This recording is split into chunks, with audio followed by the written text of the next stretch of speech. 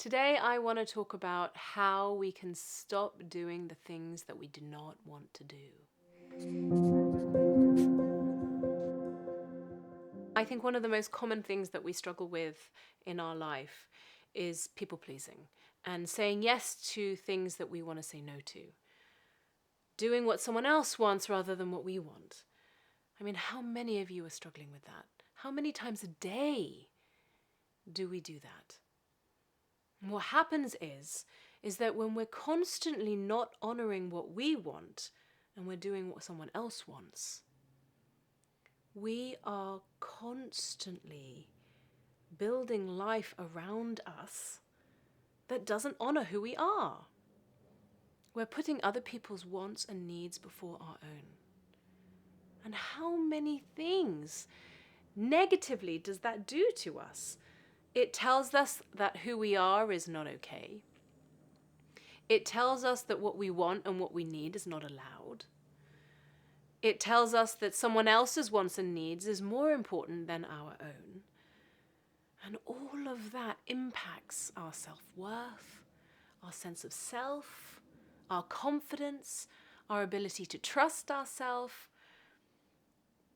I've also noticed that when we're living a life when we're constantly doing what other people want and what we don't want, we end up having a life around us that doesn't reflect who we are.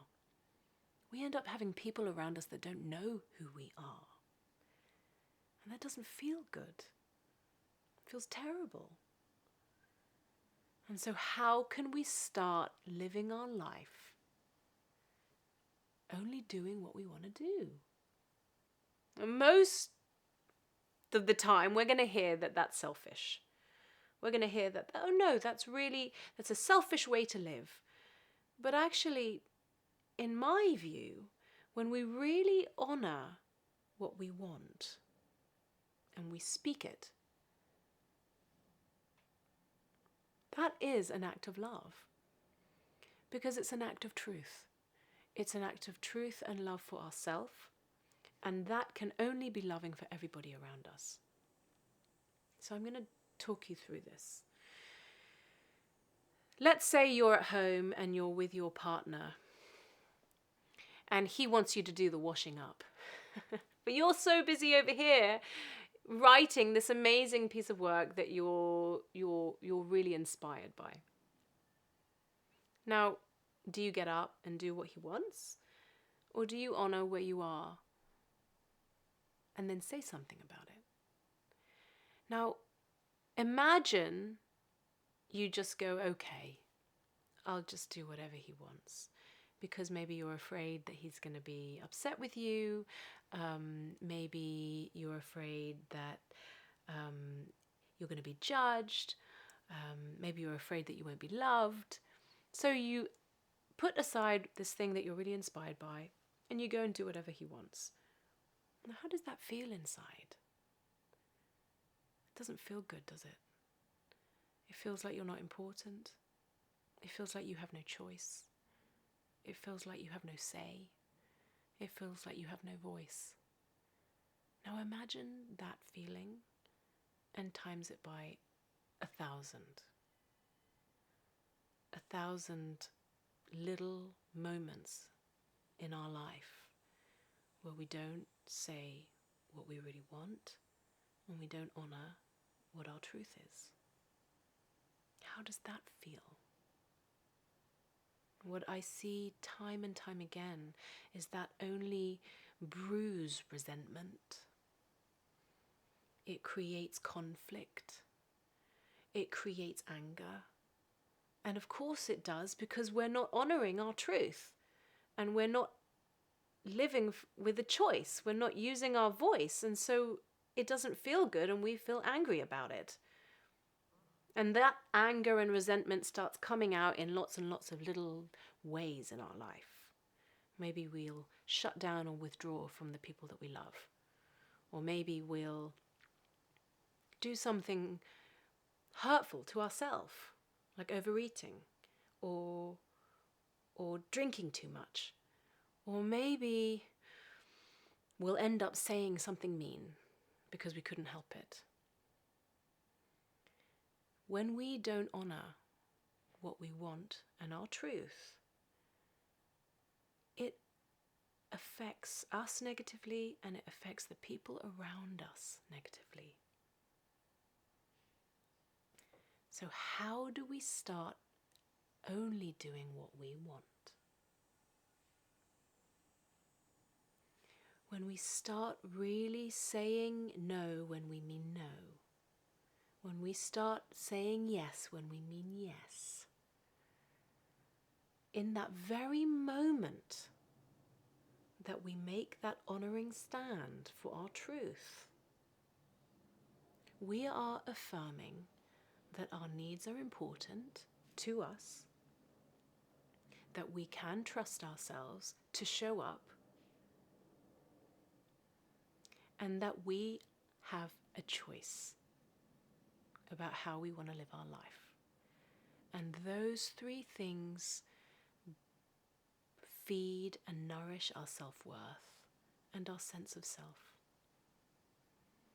And when we have good self-worth and a good sense of self, our ability to love and be available and generous to the people around us grows and grows and grows. And so what are the consequences of you not honouring what you want and putting other people first?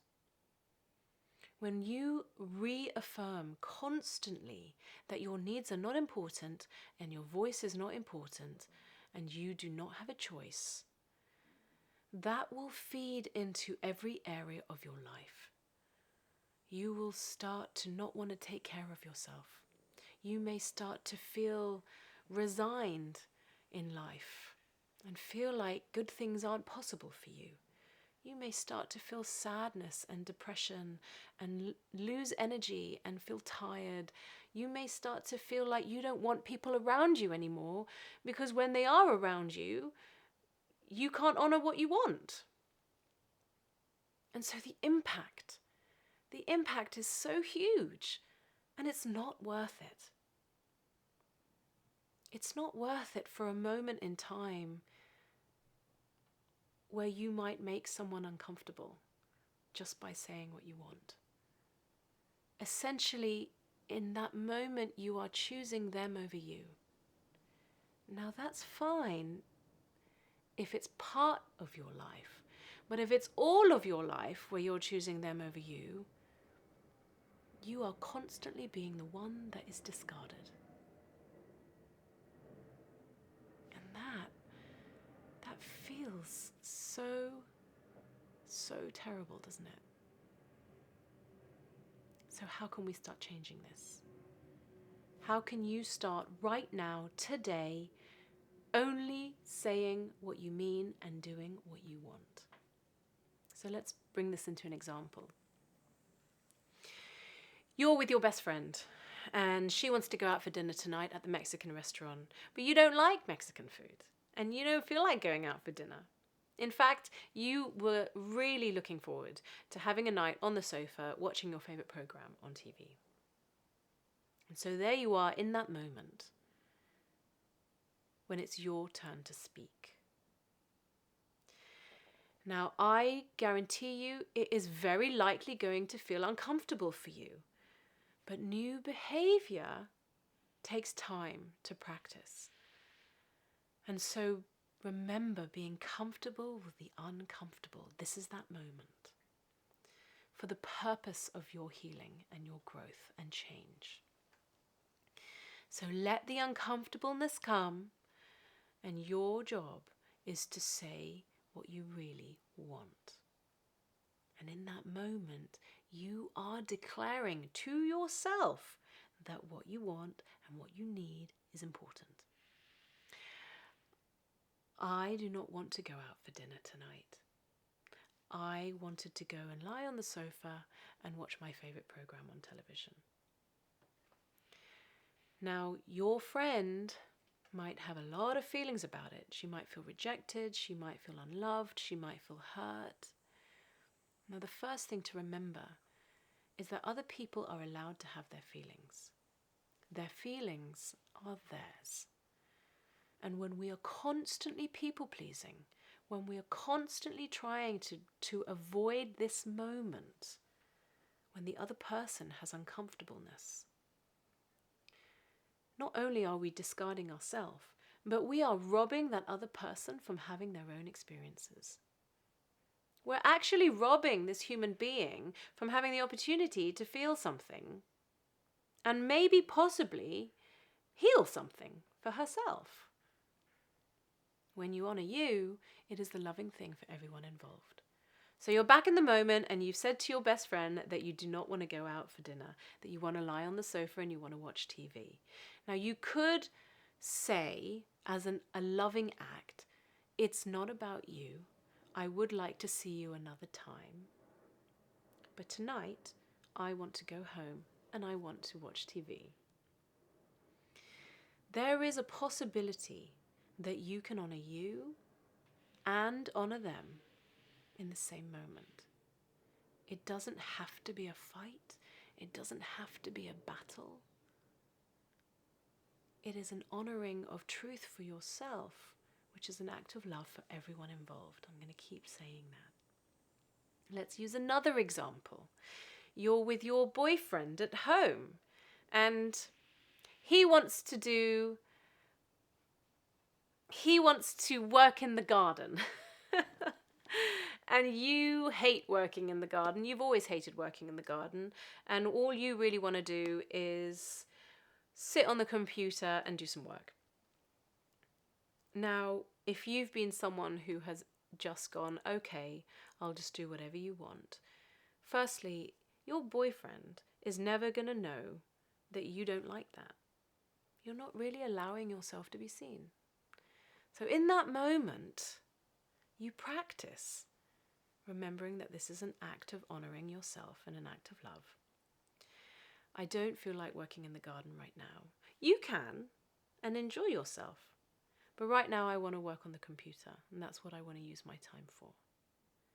Every single time we practice aligning our voice with our truth, we are strengthening our self-worth, strengthening our sense of self, having much, much clearer boundaries, and the people around us get to know who we are. They get to actually see us. They get to actually know what we want and what we don't want. And in my view, those are the people that I feel safest around, because I always know where I stand with them, because they say what they mean and they say what they want.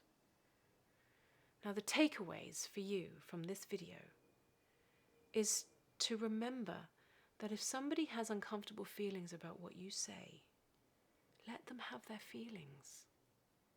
It's not about you.